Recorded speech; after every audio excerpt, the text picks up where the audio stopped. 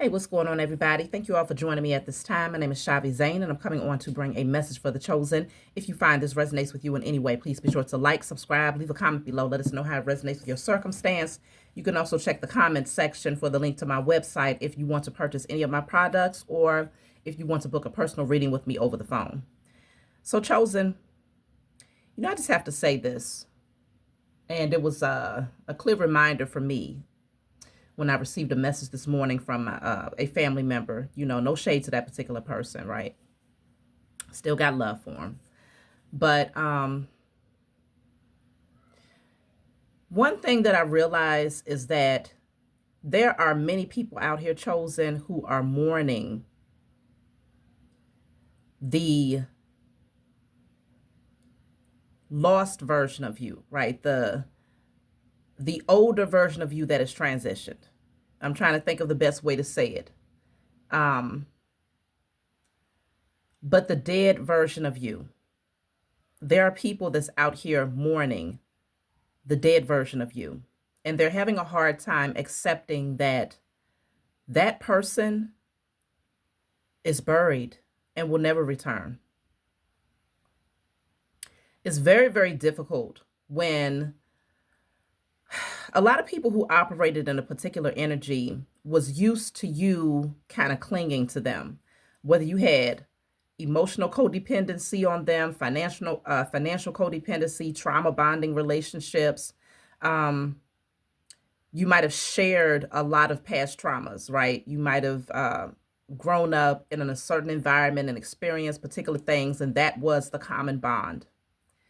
And that's what kept the relationship going, was those traumas, or going through different events of heartache, hardship, financial hardship, and being able to have that common ground with that person that kept them, feeling safe in y'all's relationship. Or it might have even, in a lot of cases, made them feel like they were superior because their situation wasn't as bad as yours. So it was actually a breath of fresh air to hear about the various trials and tribulations that you may have experienced during that time that you had a relationship to that person, family member, friendship, whatever. But one thing about the death and rebirth that happens for the chosen seed is that a large part of that death phase consists of you dying to a lot of those past traumas. Like, you come to a place of acceptance, you come to a space of peace, you come to a space of freeing yourself from those traumas, right? So then that's one thing that you no longer have in common with these people, which encompasses a lot of things, right? Another thing is that you come to the realization that the old version that you projected was not the real you. So you also shed certain characteristics, certain personality traits, the way you move, the way you walk, even the way you talk, the way you dress. Everything begins to shift as that old version of yourself dies off. So that's yet another version of yourself that these beings have to mourn. Then on top of that, you find yourself finding and getting back to your core, because the rebirth looks like you coming through completely naked. No shame, no fear, okay? No self-loathing. You come through not really caring about others' opinions. And that's one of the first indicators to a lot of these beings that things will never be the same. Because when you go through that death and rebirth, that rebirth phase looks like you expressing yourself from a very new angle. And typically that's when the fingers start pointing. That's when people start realizing, oh, you smelling yourself? Oh, you think you XYZ? Oh, we went through the same thing. Why are you walking around all of a sudden you acting like this? All of a sudden you talking like this? All of a sudden this don't bother you? Oh, that starts to really get at people. And their hopes is that their judgment or these subtle reminders of who you used to be may take you back to that space, right? Because they need that sense of comfort in your presence. They need to believe that that old version of you still exists somewhere, that it could be triggered in some way, shape, or form. So they'll try a lot of the old tactics that they used to use to get you riled up. Because see, back then, they used to know your vices. They used to know your fears. They used to know your traumas.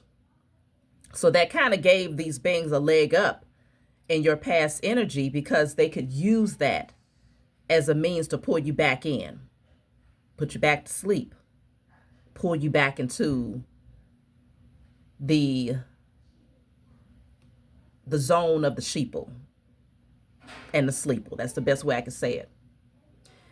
And so once they start to realize that those things no longer bother you because you put them to rest, once they're put to rest, people can bring it up all day. They can bring up how you used to cry all the time. They can bring up how you used to get angry. They can bring up how you used to be in lack. They can bring up how you used to be scared. They can bring up X, Y, Z, whatever. And those things will not, it won't even touch you, because when they bring it up, you're going to feel like, damn, yeah, I remember that, but it's almost like they're talking about a whole nother person. That's how far removed you become from that version of yourself that's dead and buried.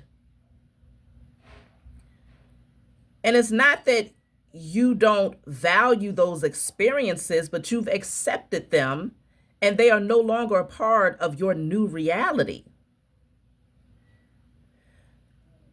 So this is highly intimidating for a lot of people, because now they have to try to figure out how to navigate around you. And most of the time, they come to the realization that they really can't be in your presence. In the new version of you, they cannot be in your presence. You shine too bright. You're too authentic. You're too bold, too courageous, too outspoken, okay? Too wise. And this is like, hold on. That's you, the same one that I used to play with toys with. You the same one that used to cry when I used to tell you no. You're the same one that used to get your feelings hurt when XYZ. So for you to stand before them in your royalty, in your wisdom, in your truth, unapologetically, and it's like, yeah, this is who I am, and they have to accept that. That's a whole lot for these beings, because what you are, you become that mirror, reminding them, no, you don't have to play victim all your life, for real. Yeah, you really don't. Right? You remind them that, no, you're not going to get pulled in due to some drama, family drama. It's like, okay, well, I'm sorry to hear that y'all going through all of that foolishness at this particular age. But yeah, I'm not getting involved in it. Right? You come to that space where it's like the only thing that you are focused on is right here, right now, and becoming a better version of yourself every day from this point on. Can't nobody pull you back into the past. If you want to time travel back into the past, the only type of past energy that you become focused on are those things that uplifted you. Or maybe revisiting some lessons in order to remind you of what not to repeat in the future. But otherwise, it's not to go back in to drown in sorrow and to say, woe is me, and now you calling up those people that you used to trauma bond with. Remember when? Those days are done. These people realize that you are not the one that they can call up to gossip with. Okay? You don't want to hear nothing about no, oh, so-and-so said this, and so-and-so just did that, and oh, they got into it. Can you call so-and-so? And what? They know good and damn well not to call your phone talking about, can you get involved? You ain't getting yourself involved in none of the foolery, because you recognize that none of it has to exist. You recognize that these are people who are repeating cycles, repeating patterns, and they're not recognizing the role that they're playing in that repeated cycle. That is not a merry-go-round or a Ferris wheel that you're going to volunteer to get on. Not at all. Okay, that ship has sailed, and a lot of people have a hard time accepting that. Not only that, but the new version of you doesn't even look the same. Okay? That particular family member that sent me the message they sent me a photo of myself. I'm assuming that picture had to be about 7 years old. Okay, if not older. And they said, I just scrolled across this photo and it brought tears, right? So, of course, my response was, I'm going to need you to update that, because today's version of me is not that version of myself. Today's version should bring you joy and smiles. Yeah, I can see why that picture would have brought you tears, because life was hard, okay? But people are literally grieving the dead version of you out here, chosen. And they may not recognize that they're going through a grieving space. They may not recognize that that's the energy that they are actually feeling, right? Because you're still very much so alive. You are alive, more alive today than you was back then. Back then, you was a walking sleeple or sheeple. A very inauthentic version of yourself.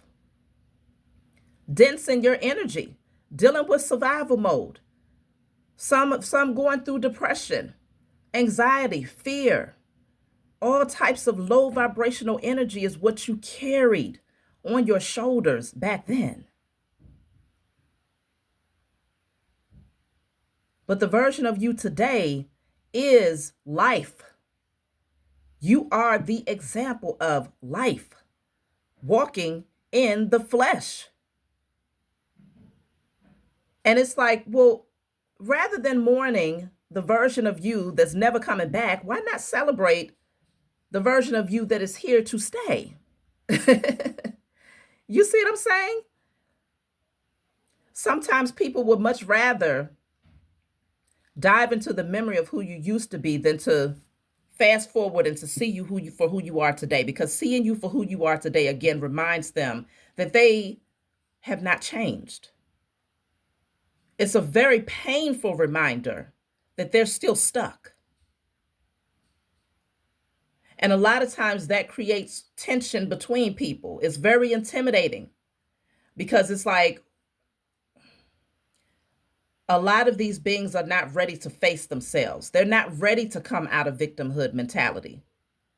Victimhood mentality, when you wear that energy, it becomes the perfect excuse to stay stuck. So staying in the traumas that you experienced, constantly reliving them, reminding yourself about them. I remember when this happened to me. I remember when this person did that to me. I remember when they said that to me. Not saying that you can't remember, but I'm saying memories that keeps a person stuck right there, and everything that's happening around them is all because of something that happened years before that. That is it is the illusion of comfort for these beings. It's uncomfortable as hell. That's the reality. But staying in victim mentality gives the illusion of comfort, because then everything can be explained away based on something that they went through that hurt them, that wounded them. And now pain becomes the highlight of their life. And they stay on that karmic cycle. And it's really painful that they can't reach for you and bring you on that cycle with them, because misery does love company. And maybe in the past, you used to be that partner in crime of misery. Maybe you was that person that stood there with them, still holding on to the pain, and y'all could get on the phone and talk to each other about all the traumas and how uncle did this and aunt did this and daddy said this and mama didn't do that, right? Where does that get anybody? Now, it's one thing to discuss things with someone, because the anticipation of it is that by the time the conversation is done, healing will have taken place. Acceptance will have happened. Forgiveness will have taken place.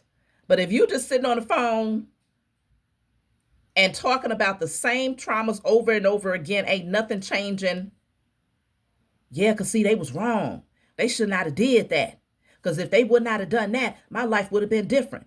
or our brother's life would have been different, or maybe she would not have done that if he didn't do that to her. Yeah, girl.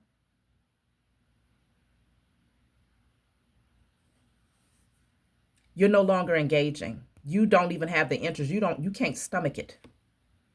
The idea of sitting in that type of low vibrational energy is very disrupting for you. It's unsettling. Because everything that you want to focus on are things that aligns you with the best version of yourself. And so when you love these people, right, one of the very first things that you do in your rebirth is you want to start sharing the good news. You want to run around and share the good news of, look, I've changed. I know you can change. Here's what I did. Here's the tools that I've used. Here's what I've learned. Oh, that's what really causes the division in the relationship. It's not so much that you have put to rest the old version of yourself. What really causes the distance in a relationship is that you got the audacity to try to give them the tools to bring their asses up out of that energy. That's when they start to feel some type of way. Because it's like, I don't want these tools. Why would you come and give me a shovel to dig myself up out of this situation? Right? Or I'm not even going to say a shovel because that might dig them further into it. Why would you come and hand me a ladder to climb out of this situation? Because when I climb out, see, the scariest part for them is that if they take the wisdom that you so lovingly give to them and apply it, they recognize that it's going to come with responsibility. It's going to come with accountability. It's going to come with some real self-reflecting. And now it's going to come with them actually needing to put forth the spiritual and practical effort to change their lives. It's going to require effort. So you hand them the ladder while they're at the bottom of the ditch. You're doing this from a space of love because you got yourself up out of that. And you're like, you know what? Why wouldn't I go back and lend a hand to the person that I love? Here's the ladder. Now they resent you. How dare you put me in a position where now I can't unsee the fact that I don't have to stay here in misery? How dare you highlight that for me? How dare you give me an out? One that I have to actually work for to get out. Because see, they wouldn't have no problem if you would have climbed down there, put them on your back, and then climbed up the ladder for it, while you're carrying their energy, carrying their weight. In other words, a more realistic position would be, okay, they're in the ditch financially because they're constantly doing the wrong thing with their wealth. And you come out of that situation and now you're in a much better position financially. And you go back and give them tools, wisdom, not money. Oh no, what do you mean? I can take up this class and that class, or I can go and, look into this or look into that. But if you would have went in and said, you know what, let me put you on my back, climb up the ladder and give you money on the other side of this thing. Oh, they'd be more than happy. They'll come out with the quickness, right? No problem. I'll come up out of this ditch as long as you do all the work for me. But it is highly offensive when you hand them that ladder and say, I'll see you on the other side of that thing. You force them to recognize that, yes, you have a lot more power than you want to believe. You force them to recognize that they really are living in victimhood mentality. And that causes a lot of resentment. So those particular relationships, when it comes with resentment, oh, you realize you got to go. Because they become your ops. Okay? Now it's no longer about you feeding them wisdom. Now it's about them trying to find a way to pull you back into that ditch that they have chosen to stay in. So they will create snares and traps for you. They know that you long gone. Long gone down on your journey, But while they sit there in that ditch, they're thinking of ways. Many of them start to conjure up things, doing spells and speaking ill and wishing negativity. Because they know that they can't get to you physically. So they start to try to pull you back in energetically. Because for them, they know that, okay, well, if you fall, it's their hopes that you fall again, right? Then maybe y'all can get back on the phone and start talking about how, see, we wouldn't be in this position if it wasn't for what so-and-so did. Now they got their partner in misery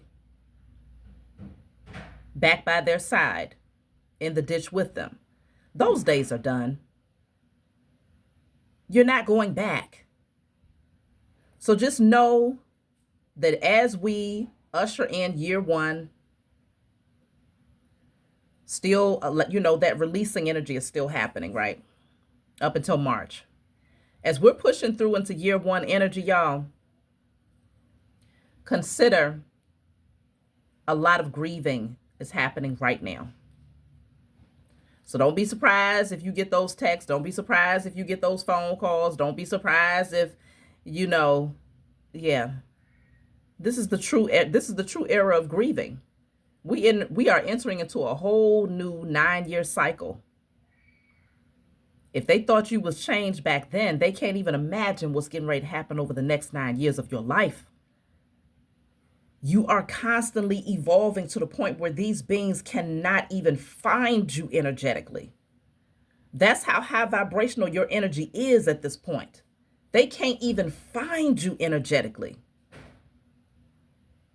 So this is really, truly like a death, like a funeral for these beings. And it's just now hitting them that you're not going back to who you used to be. Like, for real, that person is gone. It's just now setting in. And the reason why it's just now setting in for a lot of these individuals is because they had high hopes for a long time.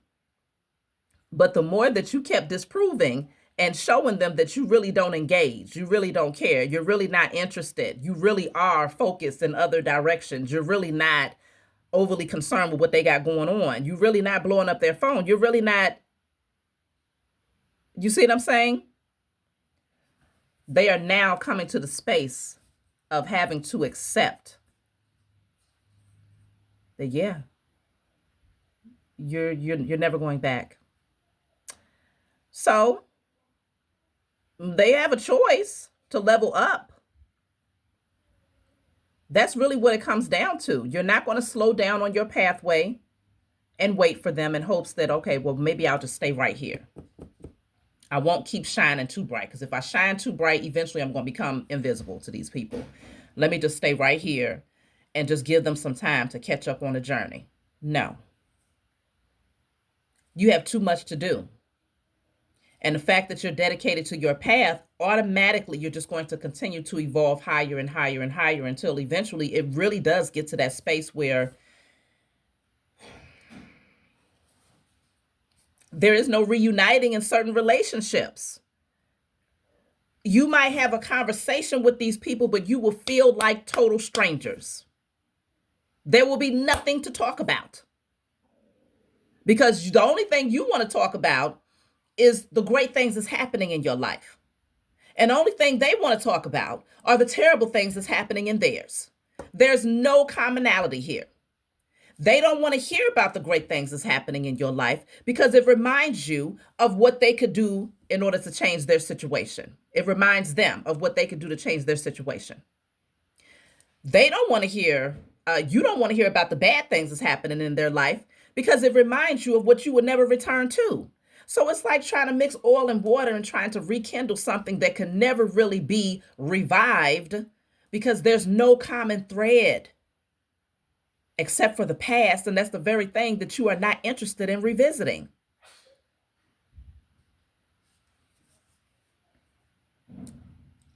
So that's the reality, y'all. If you find that this is your position and you are experiencing these things with people that you have turned away from, Leave a comment below, because this is not just, for friendships. This is also for past lovers. Like, people are out out here really feeling some type of way right now because they can't find you energetically. They don't even know what to say to you. They don't have a clue how to approach you. And that just means that you have truly evolved. So keep evolving, y'all. Like I said, eventually you will become invisible. But the ones who are meant to see you, you will align with. That's your soul tribe. So that's my message for you all. Like, subscribe, leave a comment below. Don't forget to hype the message if you find it resonates with you. And I'll talk to y'all soon.